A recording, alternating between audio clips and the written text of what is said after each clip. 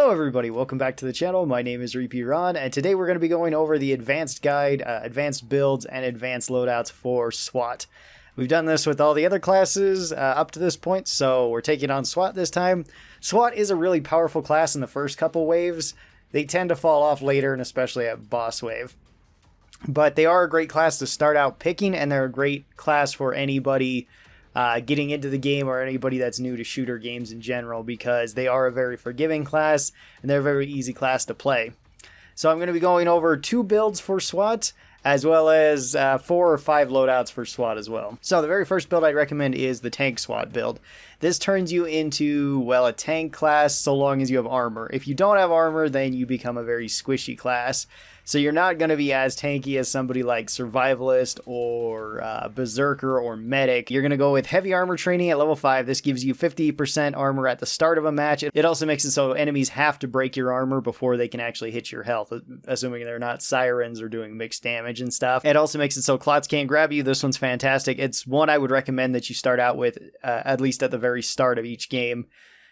Regardless of which of these builds you're going to use, because getting that extra 50% armor really helps out. It really makes it so you can go through the first wave very easily, even on Hell on Earth difficulty.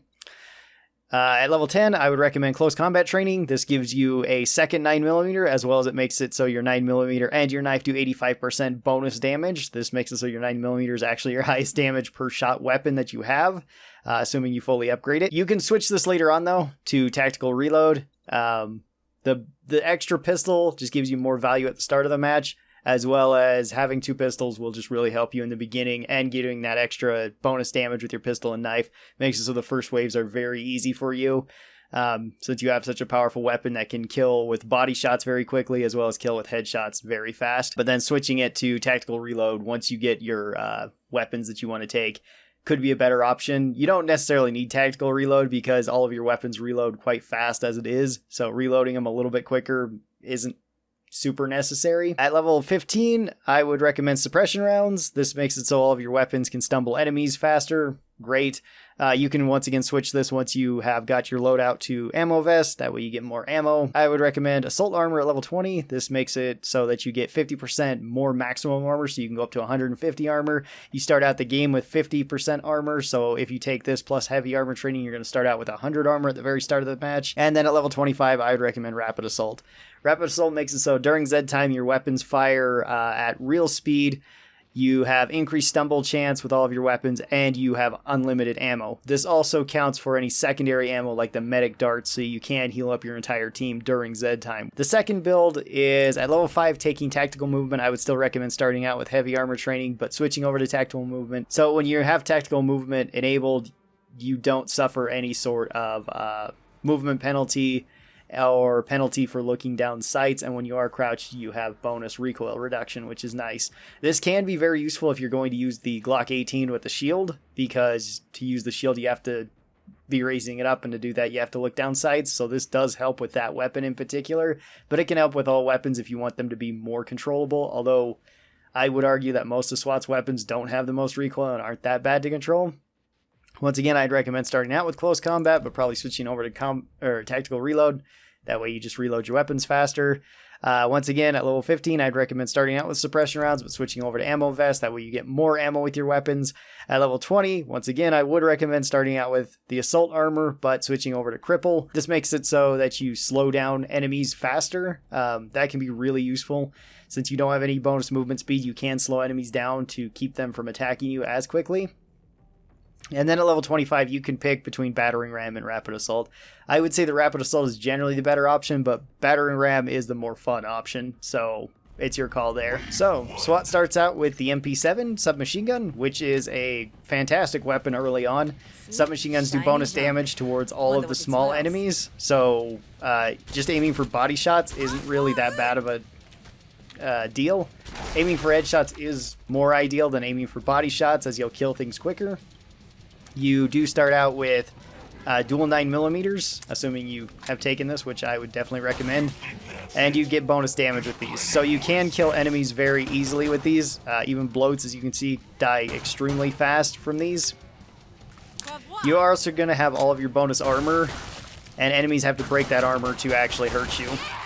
SWAT is probably one of the best classes at Wave 1, simply because you get so many advantages. You get a gun that's already strong against small enemies, you get 2 pistols, which is already a bonus, as well as bonus damage with them and bonus damage with your knife, so assuming you run out of ammo completely, you still have that option. Moving back to the MP7, the MP7 has low recoil, it has this nice red dot, it has a pretty large magazine, and you can switch it from full auto to semi-auto, which is the flick, so which is pretty nice. You should be able to kill all these small enemies with just 1 headshot, so take your time, try to hit headshots with this weapon. If you are really bad at aim, which is perfectly fine, then you probably just want it set to full auto all the time, or in semi-auto just rapidly click on enemies. You can kill them still pretty fast with body shots. Alright, so the first loadout I would recommend for SWAT is this, taking the HRG nail gun, the Chris SMG, and the Medic 101 pistol. This is probably your highest DPS build that you can go with SWAT. I would recommend upgrading the Vector, or the Chris SMG and the nail gun all the way up, and then throwing an upgrade into the Medic pistol, assuming you have the money. The way that you use this build is pretty straightforward. Use the nail gun for anything large, like flesh pounds, because you can kill them very easily. I should say specifically flesh pounds, because the Vector, or the Chris, is actually better for fighting Strakes. An easy way to fight them is throw a flashbang at their feet, make sure that it stuns them, and then use the nail gun if it's a flesh pound, use the Chris SMG if it's a Strake. Other than that, run around with the Chris because it has better ammo. Use the Chris and the nail gun as often as you want against really anything. They work pretty well against all small and medium enemies. The nail gun does better against the flesh pounds because it does piercing damage. You can also punch through multiple enemies with the nail gun easier, so shooting down hallways like this is not a bad option for it. And then if you completely run out of ammo with both of these, or you need to heal an ally, switch to your medic pistol. That way you can heal them.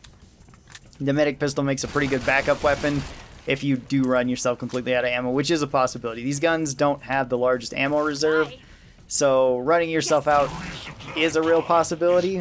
But this does give you probably the highest damage per second build that you can have with SWAT against everything. Nail gun's also really good in boss wave, as the bosses usually take more damage from it, and it's pretty easy to hit if you fire it in its burst fire mode. I would recommend setting it always to its burst fire mode, that way you can use it against flesh pounds. However, if you do run completely out of ammo, you might want to switch back and forth between its single fire, which has a higher rate of fire, but it's far more controllable, and will do less DPS. Alright, so the second build I recommend with SWAT is pretty much the same as the first one, but this is going with the HM Tech 201 Medic SMG. This gives you another on-perk weapon, so you do have 3 weapons. You can't upgrade all of your weapons fully, you can only throw 1 upgrade into one of your weapons. It's your call as to which one you want. The Chris will give you the most damage per second against most enemies and give you the most run and gun potential. The nail gun will give you the most damage, and I probably wouldn't recommend throwing an upgrade into the Medic SMG because it doesn't increase it that much unless you just want faster heals, if you want to be more supportive to the team.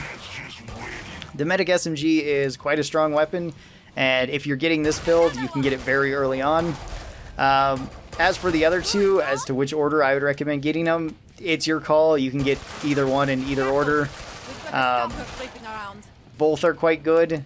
It kind of depends on which wave you're on. I usually go for the Chris submachine gun first, assuming I'm going with the medic pistol build. If I'm going with this build, then I go with the medic submachine gun first. The third build that I'd recommend for SWAT is going with this. This is the UMP, the medic submachine gun, and the nail gun.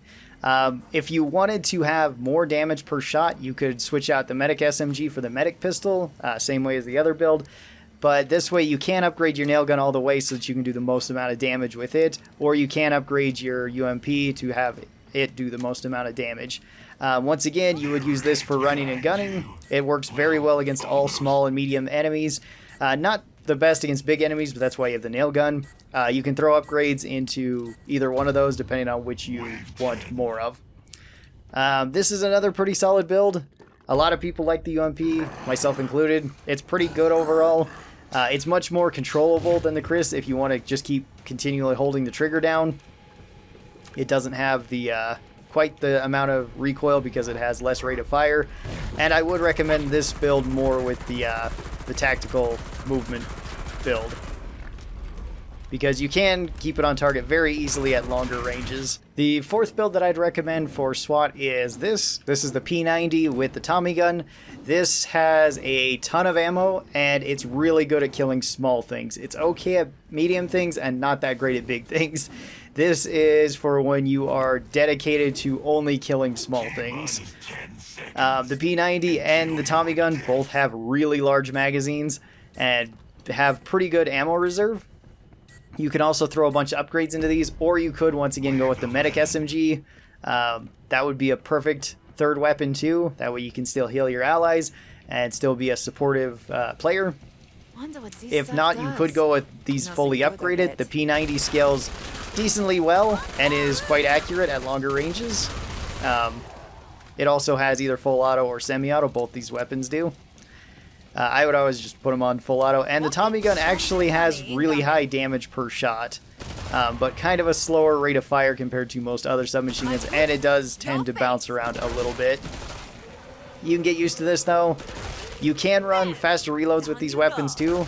That works quite well. That way you get the fastest reload so you can get back into the fight. And this is a very easy combination for newer players, because you can just essentially hold down the trigger, hit body shots, not even worry about headshots all that much, and more or less just hold it out until your gun's empty, switch to your other one, and do the exact same thing. This also is very easy for moving to position. As you can see, it takes me quite a while to unload both of these guns. And then the fifth and final build that I'd recommend for SWAT is going with the Riot Shield and the Glock 18 with the Medic submachine gun. You could switch out the Medic submachine gun for the P90 or the nail gun. P90 if you want to just keep firing at enemies and just use it as a backup weapon because it is such a good bullet hose.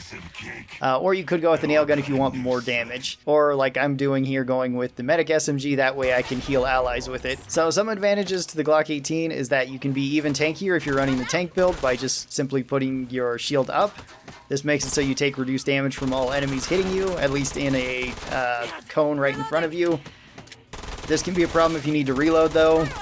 So you do have to get your timing down a little bit with this weapon, because it does actually need to be up in order for it to count as the block.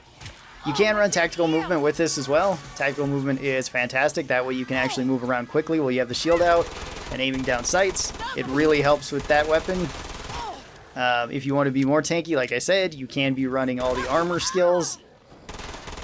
And then just trying to put yourself not necessarily in a corner, but back facing towards the most enemies. So that'll do it for this video. Hopefully you guys found this helpful. Unfortunately, SWAT does not have the most options in terms of weapons, so loadouts are a little bit limited with them. You could switch in and out a couple different weapons. Like I didn't talk about the MAC-10, which is a pretty decent option and a very cheap option, so it makes a great weapon early on. Next time I'm going to be looking at Survivalist, which will be our final classes for advanced guides, and then after that I'm going to be doing guides on how to beat Hell on Earth with each of these classes in a solo and a multiplayer context.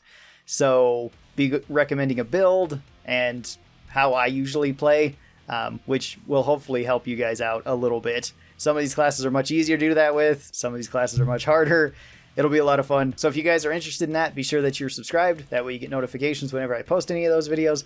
I hope you guys enjoyed this video, and thank you guys so very much for watching. I really do appreciate it. I will talk to you guys next time. Till then, stay cool, and bye!